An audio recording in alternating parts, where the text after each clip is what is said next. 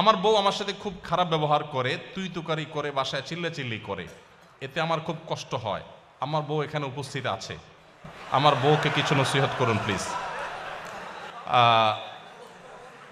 যে ভদ্রলোক প্রশ্নটি করেছেন, আমার মনে হয় যে আজকে বউকে তিনি ফুসলে ফাসলে আনছেন এই উদ্দেশ্যে,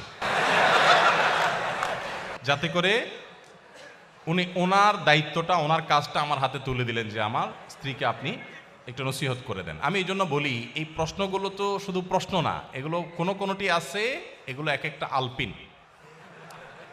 অর্থাৎ আপনার কাউকে একটা খোঁচা দেওয়া দরকার, আপনি দিতে পারতেছেন না, আলপিনটা আমার হাতে দিয়ে বলেন আপনি একটু দেন, ব্যাপারটা সেরকম হয়ে গেছে। যাই হোক, প্রথম কথা হলো যে আমরা সবাই অন্যকে উপদেশ দিতে খুব পছন্দ করি, নিজে উপদেশ নিতে চাই না। আমার কাছে যখন প্রশ্ন আসে যে হুজুর আজকে একটু বলে যাবেন যে একজন স্ত্রীর প্রতি স্বামীর কি কি কর্তব্য আছে, তখন আমার বুঝতে বাকি থাকে না এটা কোনো মহিলার প্রশ্ন। তিনি তার স্বামী আজকে এখানে আছে, তাকে সাইজ করতে চান, এই জন্য তিনি এই প্রশ্নটি ছুড়ে দিয়েছেন। আমরা প্রত্যেকটা মানুষ আমরা আরেকজনের হাদিসটা খোঁজাখুঁজি করি, আমি নিজের হাদিসটা আমি খুঁজি না। আজকে যদি একজন মানুষ বলতেন যে একজন আদর্শ স্বামীর কি কি গুণ থাকা উচিত, আমি একজন পুরুষ মানুষ, আমার এটা জানা দরকার, আমি আমার স্ত্রীর কোনো হক নষ্ট করছি না তো, এটা হতো সবচাইতে অ্যাপ্রিসিয়েট করার মতো প্রশ্ন। ঠিক একইভাবে কোনো স্ত্রী যদি জানতে চাইতেন যে আমি কিভাবে একজন আদর্শ মুসলিম স্ত্রী হতে পারি, সেই গুণগুলো কি কি আছে যেগুলো আমাকে অর্জন করতে হবে আপনি একটু বলে দেন, তাহলে সেটা হতো আদর্শ প্রশ্ন। নিজের পরিবারে কেউ ভুল পথে থাকলে প্রশ্নের মাধ্যমে তার সংশোধন কামনা করাটাকে আমি দোষের বলে মনে করছি না, কিন্তু এই প্রবণতা থাকা যে সব সময় আরেকজনকে সোজা করবো বাট আমি পুরাই বাঁকা থাকবো, এটা কখনো বুদ্ধিমান মানুষের কাজ হতে পারে না। তো যাই হোক, কোনো নারী, কোনো স্ত্রী তার স্বামীকে যদি তুই তোকারি সত্যিই করেন, এটা খুবই জঘন্য এবং অত্যন্ত ভয়াবহ একটা ব্যাপার, অত্যন্ত ভয়াবহ একটা ব্যাপার। এবং একসাথে থাকতে গেলে কিছুটা বাদানুবাদ, কিছুটা উচ্চবাচ্য হবেই, কিন্তু তাই বলে তুই তোকারি পর্যায়ে চলে যাওয়া, চিল্লাচিল্লি পর্যায়ে চলে যাওয়া, হাতাহাতির পর্যায়ে চলে যাওয়া, এটা খুবই ডেঞ্জারাস, খুবই ভয়াবহ। দেখুন, একজন স্ত্রী সামলানো কঠিন না একাধিক স্ত্রী সামলানো কঠিন? একাধিকটা কঠিন না? প্রিয়নবী সাল্লাল্লাহু আলাইহি সাল্লামের স্ত্রী কতজন ছিলেন? এতজন স্ত্রী থাকার পরও আল্লাহ নবী সাল্লাল্লাহু আলাইহি সাল্লাম জীবনে একবারের মতো তার কোনো স্ত্রীদের সামনে চিল্লাচিল্লি করেছেন, গায়ে হাত দেওয়া তো পরের বিষয়, কখনো চিল্লাচিল্লি করেছেন নাউজুবিল্লাহ, এরকম একটি কথা কোনো জাল হাদিস দ্বারাও পাওয়া যায় না। তার মানে কি তাদের মধ্যে কিছু হয় নাই? বহু কিছু হয়েছে, এমন এমন জিনিস হয়েছে আমরা মনে করি যে কিছুই হয় নাই, বহু কিছু হয়েছে। হ্যাঁ, বহু কিছু বলতে আমরা যেগুলো মনে করি এরকম না, মানুষ হিসাবে তাদের মধ্যে অনেক কিছু হয়েছে। এক স্ত্রীর ঘর থেকে মধু খেয়ে এসছেন, হাফসা রাদিয়াল্লাহু তাআলা আনহা, আয়েশা রাদিয়াল্লাহু তাআলা আনহা দুজন সলা পরামর্শ করলেন যে ওনার বাসায় যায় মধু খাইলো, সতীন হিসাবে একটা ঈর্ষা থাকে, তো আমরা ওনাকে আসলেই বলবো যে আপনার মুখ থেকে মাগাফিরের ফলের গন্ধ আসতেছে। ঠিক ওই প্ল্যান অনুযায়ী রাসূল আকরাম সাল্লাল্লাহু আলাইহি ওয়াসাল্লাম আসার পর বলতেছে, আপনি কি মাগাফির খাইছেন? মাগাফির গন্ধ আসতেছে কেন মুখ থেকে? রাসূল সাল্লাল্লাহু আলাইহি ওয়াসাল্লাম বলেন, না তো, মাগাফির তো খাই নাই, এটা খুব দুর্গন্ধ জাতীয় ফল, এটা তো খাই নাই। উনি আবার মুখে দুর্গন্ধটাকে খুব অপছন্দ করতেন, জিবরিল আসতো তার কাছে সবসময়। তো এবার ওনারা আবার আইডিয়া দিচ্ছেন যে আপনি মধু খাইছেন, মাগাফির খান নাই, হতে পারে পাখিয়ে ওই মাগাফির খেয়ে এসে মধুতে মুখ দিছে। দেখেন কত সুন্দর পরিকল্পনা।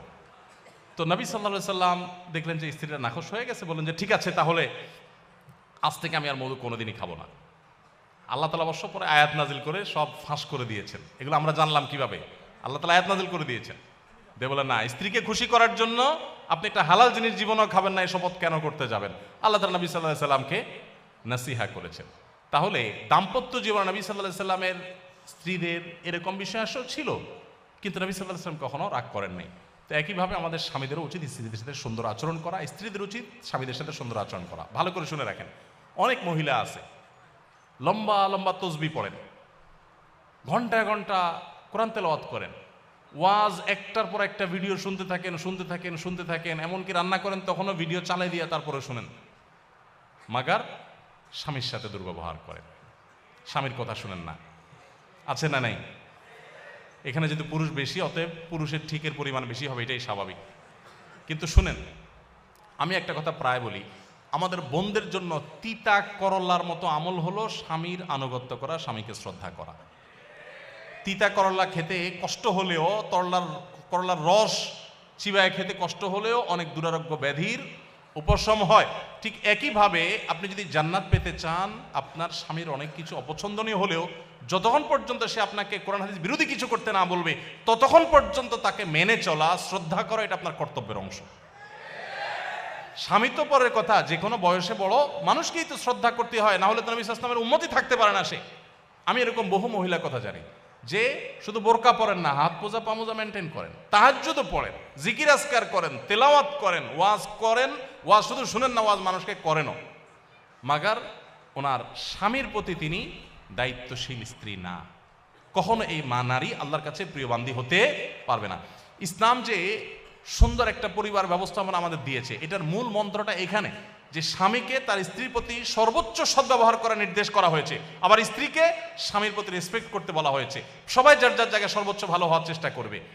এবং স্বামীদের ব্যাপারে নবী সাল্লাল্লাহু আলাইহি ওয়াসাল্লাম কত বড় কথা বলেছেন যে তোমাদের ভিতরে সবচাইতে উত্তম মানুষ সে যে তার ফ্যামিলির কাছে, স্ত্রীর কাছে ভালো।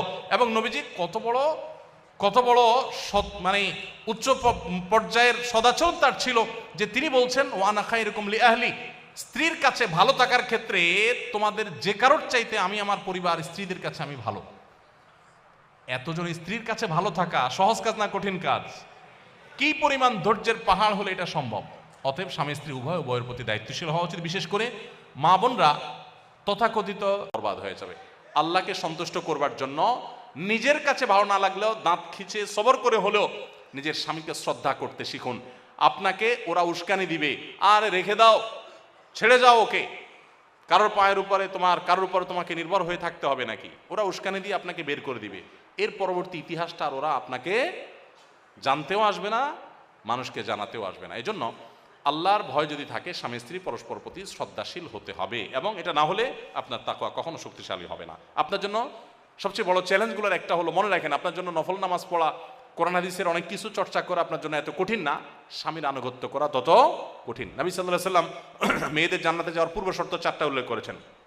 ইজা সাল্লাতিল মারআতু খামসাহা ওয়া সামাত শাহরাহা ওয়া আতাআত যাওজাহা ওয়া হাফিজাত ফারজাহা। 5 ওয়াক্ত নামাজ যখন নারীরা ঠিকমতো পড়বে, রমজান রোজাগুলো যখন ঠিকঠাক মতো রাখবে, এবং স্বামীর আনুগত্য, কথা মেনে চলবে, এবং নিজের ইজ্জত সম্ভ্রমকে হেফাজত করবে, এই 4টা কাজ যদি ঠিকমতো করে, সোশ্যাল মিডিয়াতে অ্যাক্টিভিটিসের মাধ্যমে বেপর্দা করে না, বাইরে বেপর্দা হয়ে যায় না, অন্য মানুষদের সাথে যোগাযোগ করে না, স্বামীর অন্যায় নির্দেশ যতক্ষণ না হয় ততক্ষণ পর্যন্ত তার আনুগত্য করে চলে, এগুলো যদি হয় তাহলে সেই ব্যক্তির জন্য জান্নাত অনেক সহজ। আমাদের মা বোনদেরকে আল্লাহ তাআলা আমলটা কঠিন হলেও করার তৌফিক দান করুন।